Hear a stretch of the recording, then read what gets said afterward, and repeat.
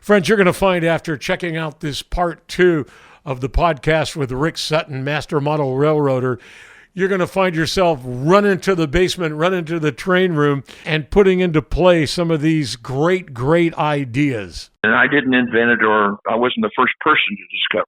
But when I cite buildings in roads, whatever I'm putting on the layout, I don't set them down and make them be the main source of the scene. I look at it as everything's part of a scene.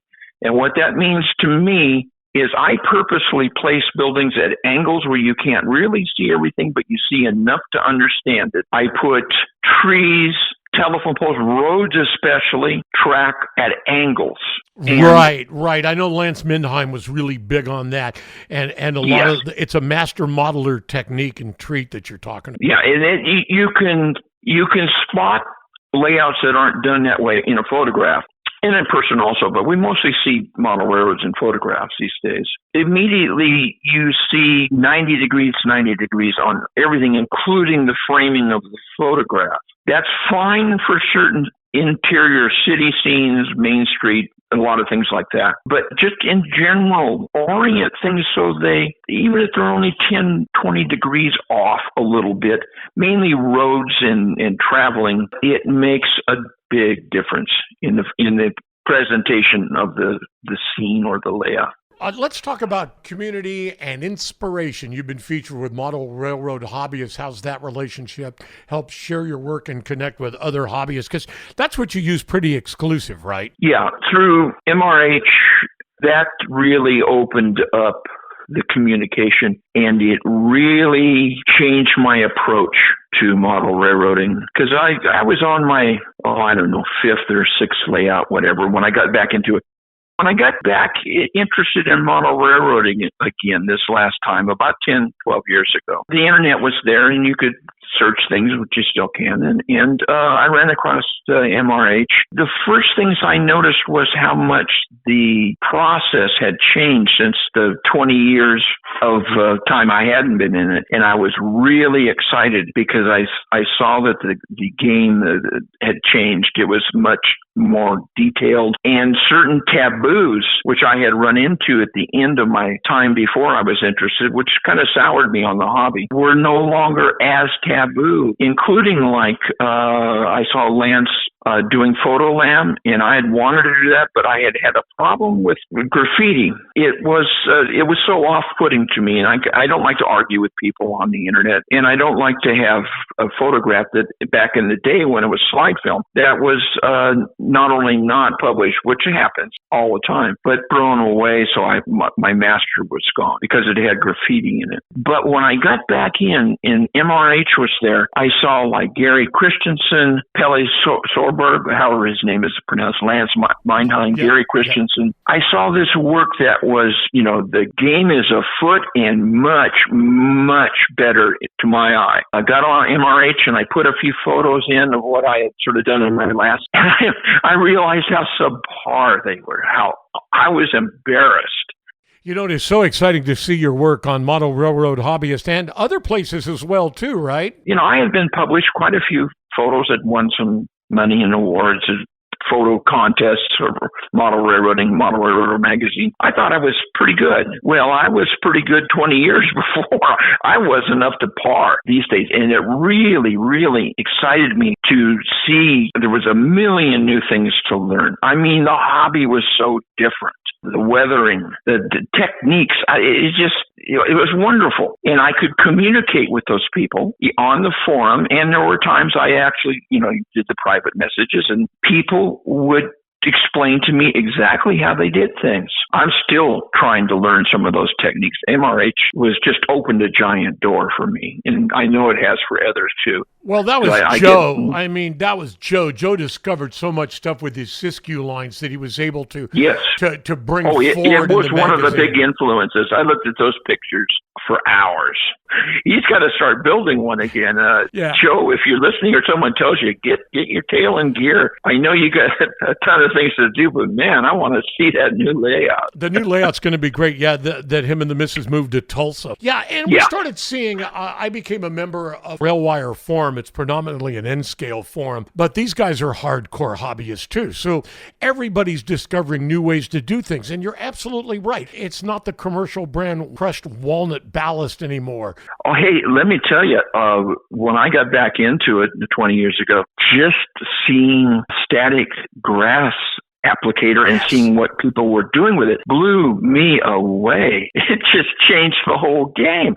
I use it not only for grass, but I build all my little scrub bushes and stuff with it, and I can do them on a big cookie sheet. You got any advice for modelers who are thinking about modeling a short line or electric railroad or doing what you're doing? Number one is, if possible, find a short line that exists now and go take photographs of it. Detailed photographs. Don't just figure out what locomotives they use, and take in the environment. I go over to my area, and when I was just starting out, I took pictures of everything from city municipal water tanks to auxiliary buildings. Oh, just anything that was there that was unique to my eye. I took pictures of telephone poles just to get a feeling for what the insulators and stuff sort of looked like up there. Not what they were, but just how they were kind of grouped and the colors and things like that. If you can work from photographs, it just really, really helps. Now, obviously that means that the era is going to skew modern, but like I've done, I've basically made the era my lifetime. You know, you can take liberties with it. Hey, it's your railroad. You can span 10, 15, 20 years because these little short lines still use some pretty old equipment. I'm working on my backdrop right now for the new room. I've done backdrops before, and I always have the same problem. I try to be too precise.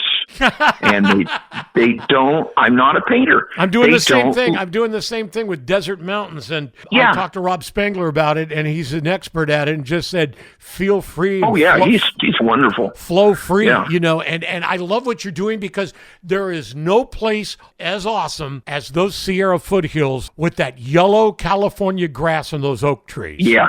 Exactly. Be loose in a lot of ways. I have to get to a point where when I try to be precise, it just looks like somebody's attempt to, make it look precise. And his ability to paint vegetation is stunning. That brings up a quick question. How do you feel because there's a war going on between photo backdrops and painted backdrops? Obviously made the decision way back that I'm doing all painted. I got enough photos in my buildings. Hard to put into words. I love photography, as you well know, and I'm pretty skilled at it, but there's something about a photograph behind a toy, and I don't mean that in pejorative, but what we're working with basically came from toys.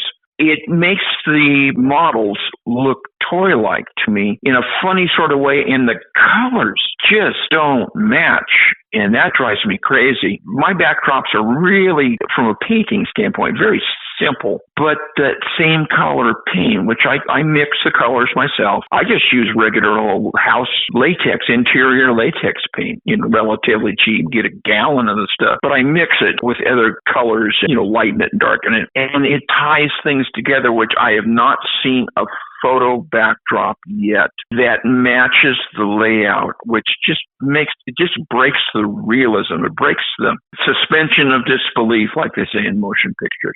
You have more control on a painted backdrop, and I'm about 5 months on this one now. I wouldn't be surprised if I'm not another several months from being finished. It's a pain in the tail. And well, sometimes, Rick, we have to remember there is family in Model Railroad, not Model Railroad in family. I have a wife. I've been married a long time, and she has a lot of friends. She's the one that got me back into model railroading after my teenage years, in my 30s or 40s when we had kids. I was kind of cut loose from working. I was just working too hard. Had my own business, and I was just really, really that's all I did. And one Christmas, she got me some model railroad stuff, and boy, I don't know, that was a great idea, but that night I was in the basement. She brings in to show the layout. She even carries some of the photos on her phone to show people because because if she mentions to someone, they usually ask, what's Rick doing? And she'll say, I'm working on his model railroad. And she can see it in her eyes, because she knows that people kind of look like, oh, really? That's not necessarily good.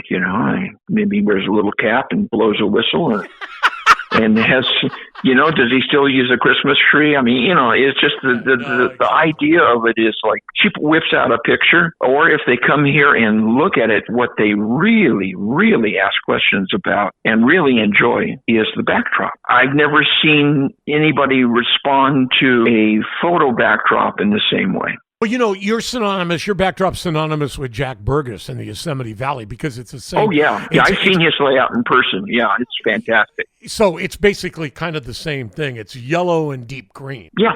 I have the same hills.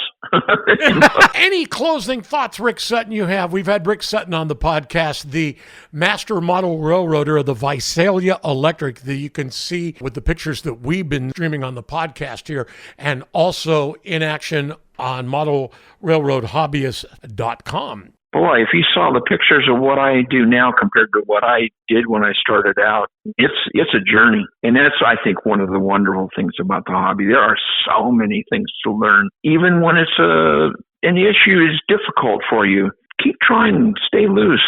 It is an amazing hobby, and I don't really have any great answers other than I would be pretty much adrift without the hobby. It keeps my mind in a really good place.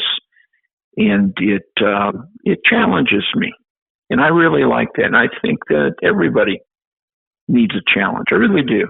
So that's pretty much it.